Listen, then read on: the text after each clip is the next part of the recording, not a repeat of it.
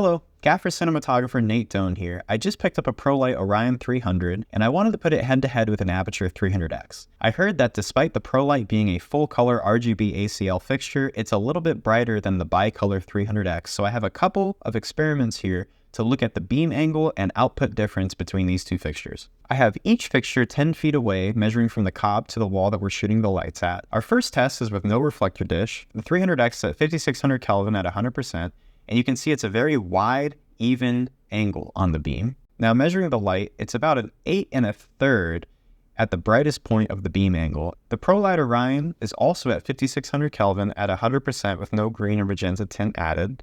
We can see that while the beam is pretty even, it's a lot narrower than on the 300x. It just does not reach quite as wide. Light level readings, about an 11.5 at the brightest part of the beam, which is close to a stop and a third over the 300x. Now I put the 300x at 3200 Kelvin, 100%, still no reflector dish, the same very wide, even angle on the beam, and we get about a high 5.6, about a 5.6 2/3, let's say.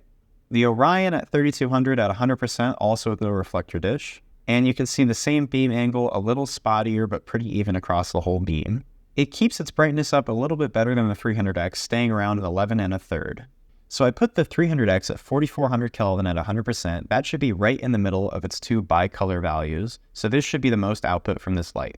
Still the same beam angle, and we get about an 8.5 at the brightest point. Same thing with the Orion. I put it at 4400 Kelvin at 100%. Still no reflector dish. Now, since this is an RGBACL fixture, this is not in the middle of its bicolor value. I just wanted to see how it compares at that same Kelvin. So same beam angle on this, spottier but still even, and we're still getting about at 11.5. So in its CCT mode, it seems like in the normal ranges, it holds its output very strongly. Now, just for a fun test, I put both fixtures at the lowest end of the CCT range that it can possibly go. So the 300x is at 2700 Kelvin at 100% with still no reflector. Same even wide beam angle, and we get about a 5.6.5 at the brightest point of the beam. The Orion goes all the way down to 2000 Kelvin thanks to its amber chip. At 100%, no reflector, no green and magenta. We get a very nice amber color out of this. I really love how this looks at 2000 Kelvin, same beam angle, but about an 8.5 at its brightest points. So when we go down to the amber chip, instead of the Orion using all 6 of its chips to create a white point, it's really relying on this amber chip and losing one stop because of it. The rest of our tests are going to be at 100% at 5600 Kelvin with different accessories. The first accessory is a normal reflector dish, first on the 300x, so even for the most part across the entire beam, still pretty wide, but not as wide as without a reflector. And we're getting a high 8, about an 8 2/3 to an 11. Now with the reflector on the Prolycht, the beam angle does not change all that much. It still seems exactly as spotty, exactly as even, and we only gain about 1/10 of a stop in this configuration. Our next test is with the Aputure 2x. On the 300x, we can see that the beam angle tightens up quite a lot, but is still quite even across the beam.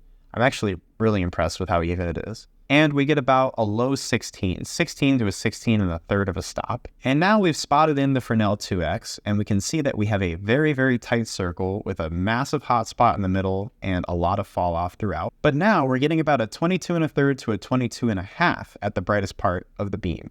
And now with the Fresnel 2x on the Prolycht Orion 300, we take a look at the beam angle, and it's a lot tighter, but still quite even. So the Orion 300 in flood mode on the Fresnel 2x has gained about half a stop, whereas the 300x gained a little over a full stop, getting to about a 16 1/3, whereas the Prolycht Orion is getting just about to a 16.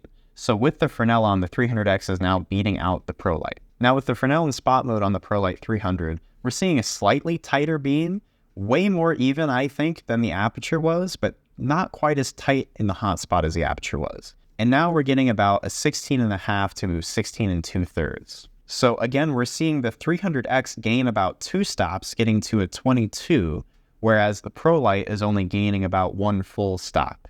Just for fun, I broke out my F10 Fresnel and put it on the 300x.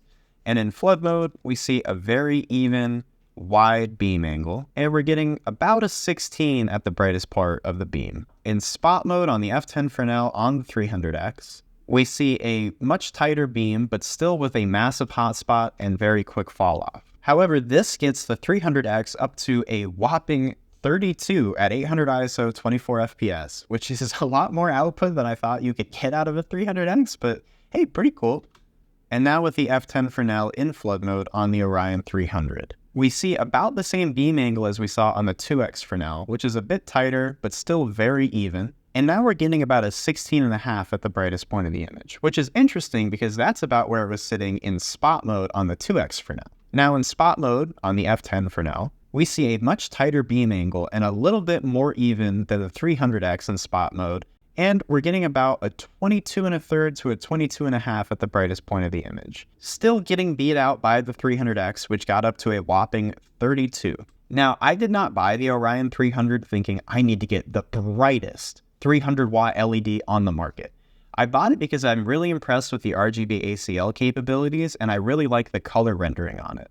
I also like the professional controls, the menu system, and the build quality of Prolycht. My plan for the Orion 300 is to get some dado accessories and use it as sort of an RGBACL Lico for interior use. I really like what Prolycht is doing, and so I've always wanted to get into the Prolycht family, and I'm glad that I've finally been able to start doing that with the Orion 300. I'm looking forward to trying out the 675 someday and maybe comparing it to a 600C, but we'll see.